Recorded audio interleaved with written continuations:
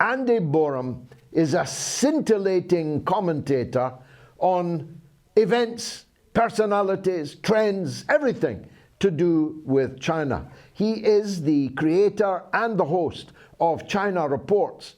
He's a New Zealander, a Kiwi, but he's the man with the ultimate accolade. He's the first foreigner ever to be stamped with the designation China State-Affiliated Media. Wear it like a badge of honor, Andy, and thanks for staying up past 3 in the morning to be with us this evening. First of all, clear that matter up. How come a New Zealand boy, blonde, blue eyes, metaphorically speaking, gets branded as Chinese State-Affiliated Media? How did that happen? Who branded you? Well, firstly, I would love to say thank you so much for having me on tonight, George. It's a real honor. Of course, you said, you mentioned it is about 3:30 in the morning here in China, so I'm going to try my best. First up, I want to show you. You said wear the state-affiliated badge as a badge of honor. I've actually had some made. I don't know if you can see that.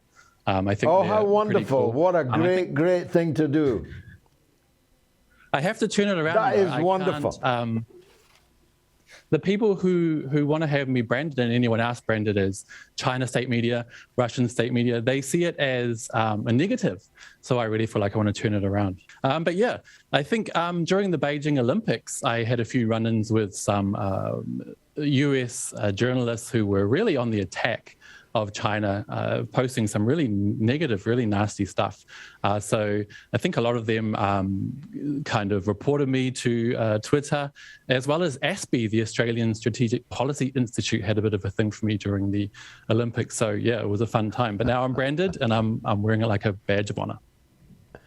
Excellent. And hadn't the New Zealand government anything to say about this? Surely they're champions of freedom of speech in New Zealand.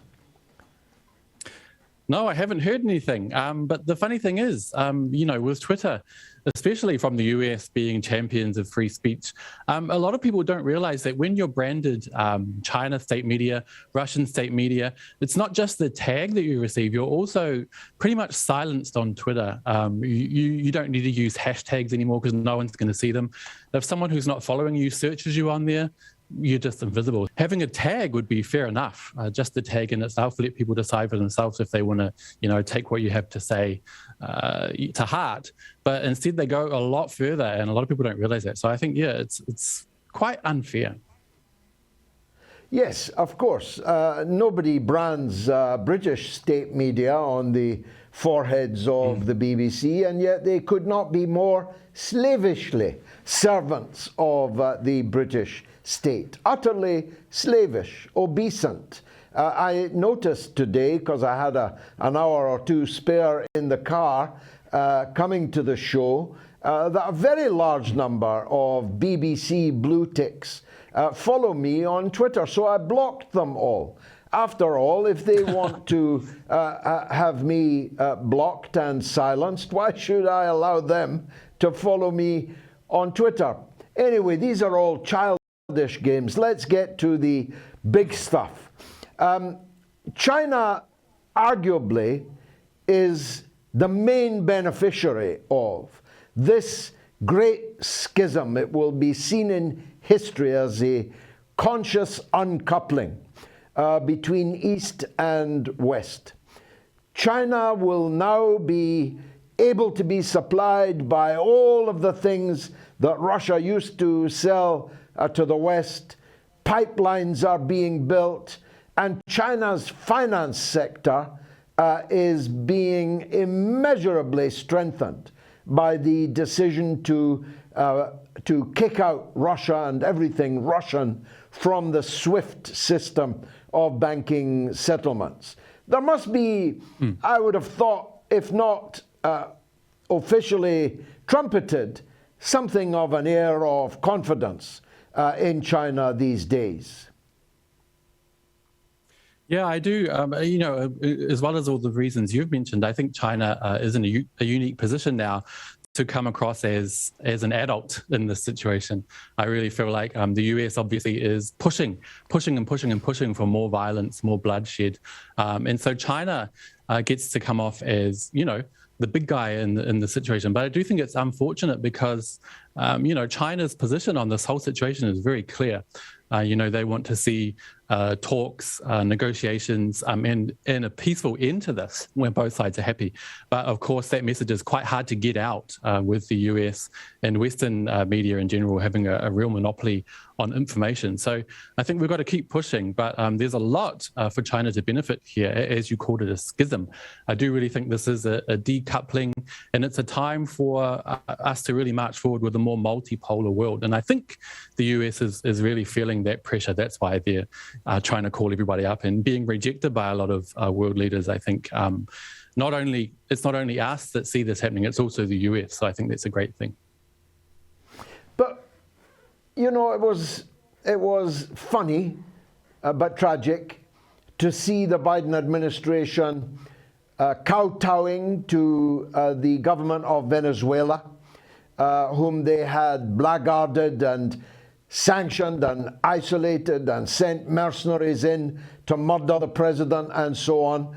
But to have to turn up to that same government, whom they de-recognized years ago and plucked an imposter, Juan Guaido, off the street and said, that man there is the president. Then gave him billions of dollars worth of Venezuela's sovereign funds and gold from around the world. That was kind of funny. But when I saw Blinken and his underlings warning China before the big meeting with China in the last few days about what they must do, I couldn't help but think of the words of Deng Xiaoping delivered to the British when they were griping about the imminent arrangements for Hong Kong. He said the days when China can be ordered around by foreigners is gone. They don't seem to realize that openly threatening China, sending your warships off the coast of China, stuffing Taiwan full of weapons, seeking to establish a chain of military bases around what they call the Indo-Pacific, is the last possible way to persuade China to do what the West would like. Yeah, I do. I feel like it's quite unfortunate that the US side really underestimates a lot of these communications with other world leaders. As you say, I think the best way to deal with China is communication, open communication, and seeing each other as equals. But that is absolutely not something the US government or US foreign policy leans towards. Of course, probably one of the biggest failures in US foreign policy, and a lot of the belief of many average Americans, is that the US is morally righteous, is good. They really feel deep down to the core fundamentally that anything they push for is the right way, is the good way, and they just can't understand when it doesn't work out, and they can't understand when people don't agree with them, when countries don't agree with them. So I think it's really unfortunate. I think the Biden administration and any future administration in the US is going to need to work really hard to understand that dynamic and really start seeing other world powers, especially China, on a level playing field. I think that's the only way we're going to move forward. And I think they need to come to terms with the fact that the world is moving to more of a multipolar kind of situation. And the days of the US as the world policeman or as the world bully, as I would like to see, are really numbered, I think. The way in which they conduct their international relations belies the change that there has been. The rise of China economically and militarily and in many other ways. The rise back again of Russia. They loved Russia when it was lying drunk on the floor in the Yeltsin era and everyone could pick its pockets, but they hate the new Russia, which is literally hypersonic and well able to fight them if they want to have a fight.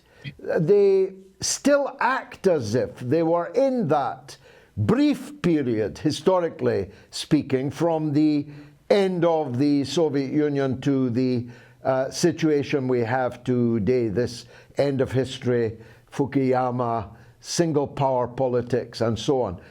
It's like they hadn't caught up. Or is it just an inherent arrogance, this American exceptionalism?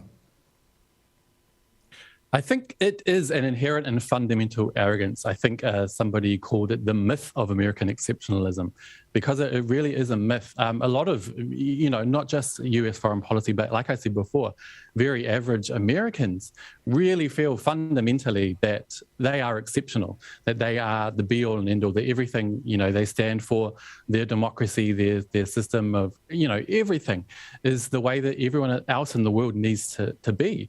They really want to export and have been trying to export, and successfully in some cases, exporting their own systems around the world. But I think that's really coming to an end. And I really feel like they need to start realizing that, because it's going to get more and more dangerous. Not only us from the outside looking at the US can see that, the empire is falling, but I think they're starting to see it themselves. And I don't feel like they're going to, move back peacefully. I think it could get a lot more dangerous. And we're seeing that today with, the situation with Ukraine and Russia. They're also pushing for, armed conflict between China and Taiwan. It's really a scary time. So I really feel like we need to try to change people's thinking, try to communicate more, and try to make this shift happen in a more peaceful way. Before, when we were shifting from, the UK, when the UK was the world power, to the US, it switched a lot more peacefully, because there was that cultural affinity, English speakers, Anglo-Saxons. Now that switch is happening to, big scary China, big scary India, big scary Russia, people who don't necessarily share the same systems, the same beliefs. It's looking scary, but I really hope we can move forward in a peaceful manner. I'm really crossing my fingers. Now, although they call you China state media, we both know that you don't speak for China, and you don't have to speak for China. So let me ask you a slightly difficult question. The one bone of contention I can see in this new Eurasian future is the differences between China and India. This will have to be bridged. The quarrel between these two countries, which has frequently erupted into war, and even quite recently unarmed war, these are not sufficient casus belli to stand in the way of these great new developments. What thinking do you think is going on in China about how to resolve their differences with India? Well, I think, like you said, that's a really tough question. I wouldn't like to hazard a guess as to what the thinking is in China. But me personally, I really feel like both sides would love to move past the situation. Obviously, a big part of it is land disputes between India and China.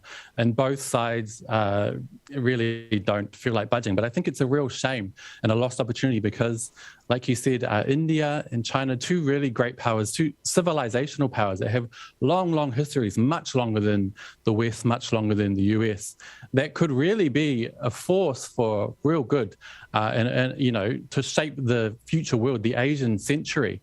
So me personally, like you said, I don't speak for China. I would love to see them somehow overcome this. It seems like a really small issue, but I think it is a huge issue between both sides.